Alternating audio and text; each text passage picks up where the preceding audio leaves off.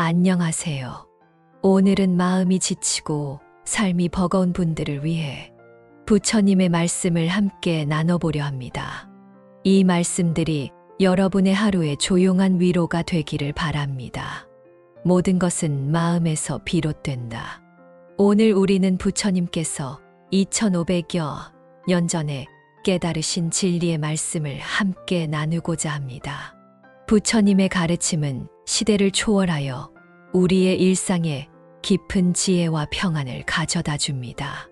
마음의 본질에 대하여 부처님께서 늘 말씀하셨습니다.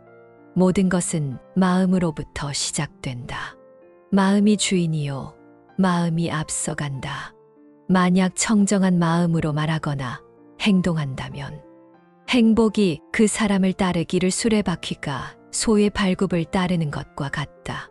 우리의 하루하루는 마음의 상태에 따라 결정됩니다. 아침에 일어나 첫 번째로 떠오르는 생각이 그날 하루를 좌우하곤 합니다. 화가 날 때는 세상 모든 것이 불쾌하게 느껴지고 기쁠 때는 같은 풍경도 아름답게 보입니다. 부처님은 우리에게 마음의 주인이 되라고 가르치셨습니다. 마음이 우리를 끌고 다니는 것이 아니라 우리가 마음을 다스려야 한다는 것입니다. 이것이 바로 수행의 첫걸음입니다. 고통의 원인과 해결. 부처님께서는 사성제를 통해 인생의 진리를 설명하셨습니다. 첫째, 고성제입니다. 인생은 고통이라는 진리입니다. 우리는 태어나면서부터 늙고 병들고 죽는 고통을 피할 수 없습니다.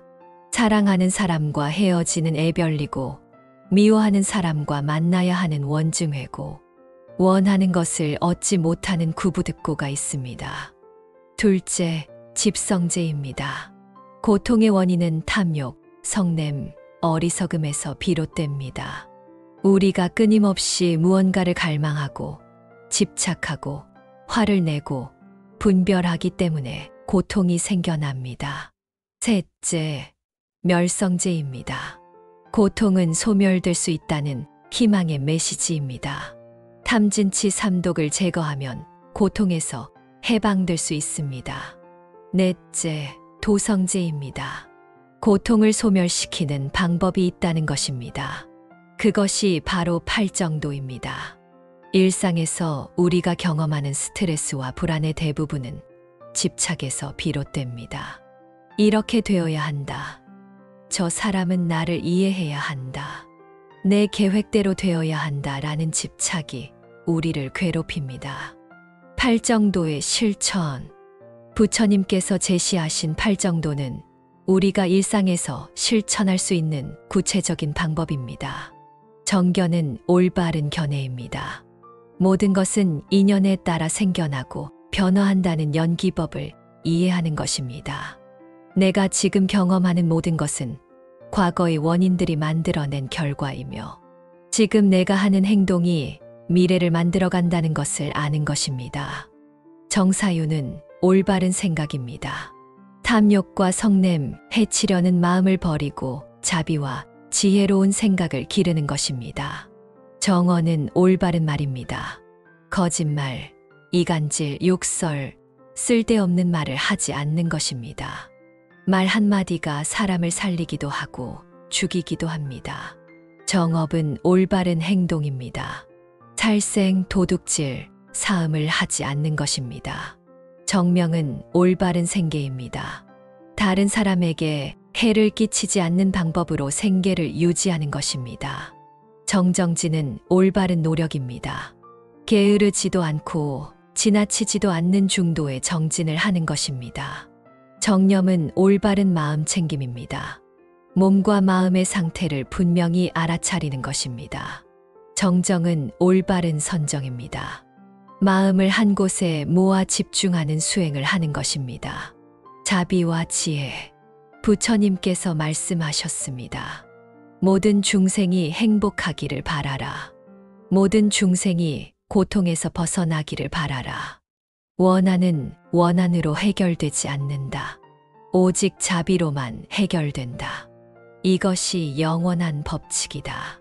자비는 단순히 불쌍히 여기는 것이 아니라 모든 존재의 고통을 자신의 고통처럼 느끼고 그들이 행복하기를 진심으로 바라는 마음입니다. 우리는 종종 타인의 성공을 시기하거나 실패를 은근히 즐거워하곤 합니다.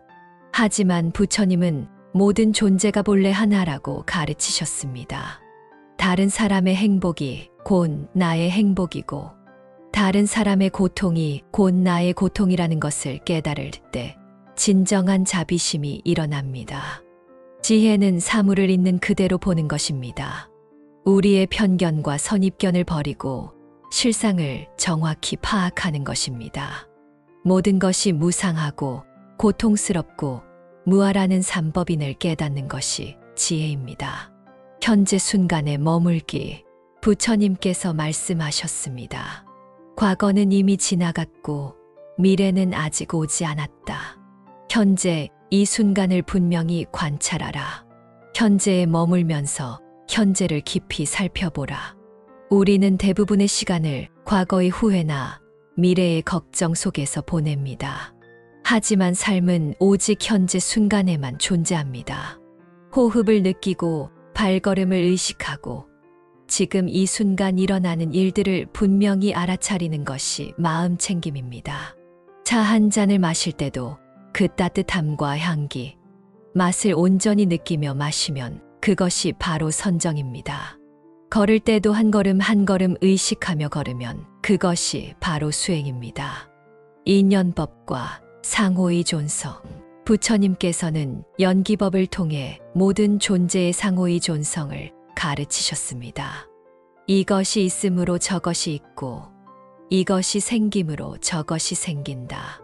이것이 없음으로 저것이 없고 이것이 소멸함으로 저것이 소멸한다. 우리가 지금 먹는 밥 한 그릇에도 무수한 인연이 들어 있습니다. 농부의 수고, 햇빛과 비, 땅의 기운, 운송하는 사람들, 판매하는 사람들의 노력이 모두 모여서 한 그릇의 밥이 되었습니다. 우리의 존재 또한 마찬가지입니다. 부모님과 조상님들, 스승님들, 친구들, 그리고 수많은 사람들의 도움과 사랑이 있었기에 지금의 내가 있습니다. 이것을 깨달으면 자연스럽게 감사한 마음이 일어나고 겸손해지며 다른 존재들과 조화롭게 살아가려는 마음이 생깁니다. 용서와 화해. 부처님께서 말씀하셨습니다. 분노를 품고 있는 것은 뜨거운 숯을 손에 쥐고 다른 사람에게 던지려고 하는 것과 같다. 화상을 입는 것은 바로 자신이다. 우리는 누군가에게 상처를 받으면 그 분노와 원망을 오래도록 마음에 품고 삽니다. 하지만 그 분노는 상대방보다 나 자신을 더 많이 괴롭힙니다. 용서는 상대방을 위한 것이 아니라 나 자신을 위한 것입니다. 용서를 통해 마음의 짐을 내려놓고 자유로워질 수 있습니다. 용서가 어려울 때는 상대방도 나와 같은 고통받는 존재라는 것을 기억해 보십시오. 그 사람이 나에게 해를 끼친 것도 그 사람 나름의 고통과 무지에서 비롯된 것입니다. 일상 속의 수행. 부처님의 가르침은 특별한 곳에서만 실천하는 것이 아닙니다. 일상의 모든 순간이 수행의 기회입니다. 아침에 일어나면서 오늘도 소중한 하루를 주신 것에 감사합니다 라고 마음으로 합장하는 것. 밥을 먹기 전에 모든 인연에 감사하는 마음을 갖는 것. 화가 날 때 잠시 멈추고 호흡을 고르는 것. 잠자리에 들기 전에 하루를 돌아보며 반성하는 것. 이 모든 것이 수행입니다. 특히 어려운 상황을 만날 때가 진정한 수행의 기회입니다. 평상시에는 자비롭고 인내심이 있다고 생각했는데 실제로 힘든 일을 당하면 그 마음이 어디로 가버리는 경우가 많습니다. 바로 그럴 때가 진정한 수행력을 기를 수 있는 순간입니다. 무아와 해탈. 부처님께서는 모든 존재에게 고정불변한 실체나 영혼이 없다고 가르치셨습니다. 우리가 나라고 생각하는 것도 몸과 마음의 작용이 연속적으로 일어나는 과정일 뿐입니다. 나는 이런 사람이야. 나는 못생겼어. 나는 능력이 없어 라고 자신을 규정하고 집착하는 것이 고통의 원인입니다. 실제로는 우리는 매 순간 변화하고 있습니다. 어제의 나와 오늘의 나는 다르고 지금의 나와 1초 후의 나도 다릅니다.